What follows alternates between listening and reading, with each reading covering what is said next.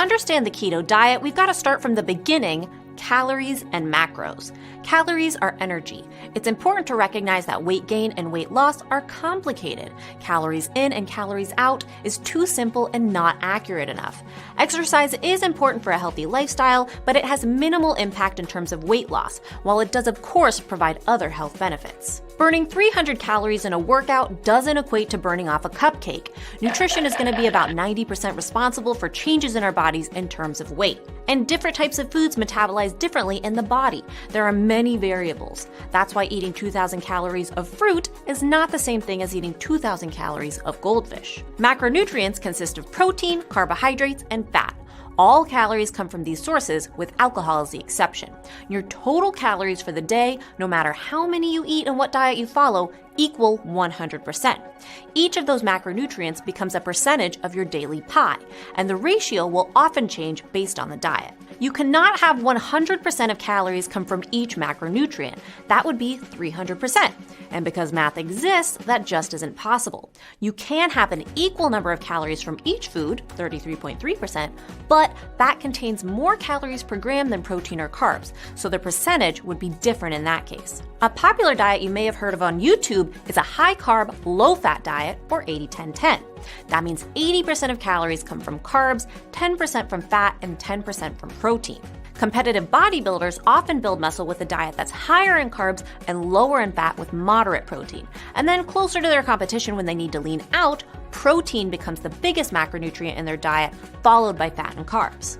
A ketogenic diet, on the other hand, consists of a diet that is around 70% fat, a moderate amount of protein, and very little carbs, only 5 to 10% depending on the person's tolerance. Now, it's not a strict ratio because it will vary from person to person. We all have a different carbohydrate tolerance, and our insulin resistance levels are different, which means one person on a keto diet may be able to eat more carbs than another person on a keto diet, but still be in what's called nutritional ketosis. More on that in a moment. Now, I realize that this may sound very different from what most of us have been taught about nutrition.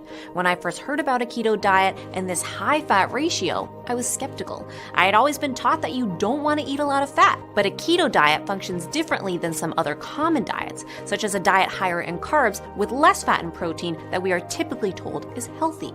It's important to recognize from the beginning that there's no right or wrong ratio, but there may be one that works better for you, and only you can find that out. So, we know that calories are fuel for our bodies, but that fuel can come from one of two main sources: glucose or ketones. The main one that most people function off of today is glucose. It can be a great energy source for the brain and body and comes primarily from carbohydrates. This is essentially a sugar burning mode since glucose is a sugar. The second source of fuel is ketones or ketone bodies. People on a ketogenic diet are fueled by ketones rather than glucose.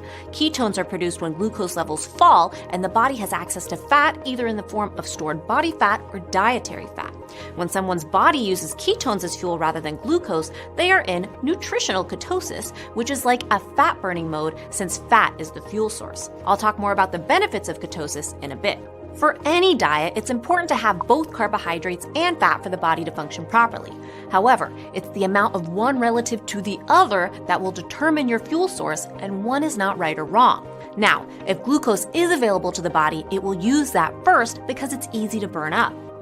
If you eat a lot of carbohydrates, your body will use that glucose as its fuel source rather than using fats as fuel. This is why carbohydrate intake must be low on a ketogenic diet, and a keto diet is often referred to as a high-fat diet. Dietary fat needs to be prevalent enough in the body in order to produce ketones. Many people associate the word fat with fat on our bodies and are unfamiliar with it as a fuel source. There's a lot of misunderstanding about how a ketogenic diet works, which is why there's also a lot of criticism surrounding it. But that's why I'm trying to explain it here. Don't get me wrong, our brains and bodies do need some glucose, just like we all need some dietary fat. But glucose does not need to be the main source of energy for a body to function healthily. Glucose is one energy source, ketones are another. Neither is right or wrong, they're just different. In fact, our ancestors may have lived ketogenic lifestyles without being aware of it. As hunters and gatherers, our ancestors ate lots of nuts, seeds, meats, and lower carb fruits like berries. This is often referred to as primal eating, and it's a diet that was high in fats and low in carbohydrates. It likely resulted in ketosis and helped our ancestors survive from one meal to the next because their bodies could store that fat as energy. But does that mean that they chose to be in ketosis? No, they would have eaten whatever was available to them. But the point is that it was a viable way for them to survive healthily, even if they didn't understand the science behind it. When a lot of people hear about primal or hunter-gatherer eating these days, they think of the paleo diet. Now, is the paleo diet a ketogenic diet? The answer, it can be. On a paleo diet, you can eat grass-fed meats, seafood, fruits, vegetables, eggs, nuts, seeds, oils, etc., but you can't eat grains, legumes, refined sugar, processed foods, and typically dairy and excessive salt. Now, most of that aligns with a keto diet where one consumes more fat and less carbs. However, nothing is strictly prohibited on a keto diet. The ultimate goal is a ratio of fats to carbohydrates, which likely means not consuming many, if any, grains, legumes, or sugar regularly. A paleo diet limits only the types of foods one can eat, and not the macronutrient amounts. For instance, there is no limit to fruits or healthy carbs and no minimum amount of fats. A paleo diet is not necessarily a ketogenic diet, although it can be. Does that make sense? There are plenty of other diets that you may know of which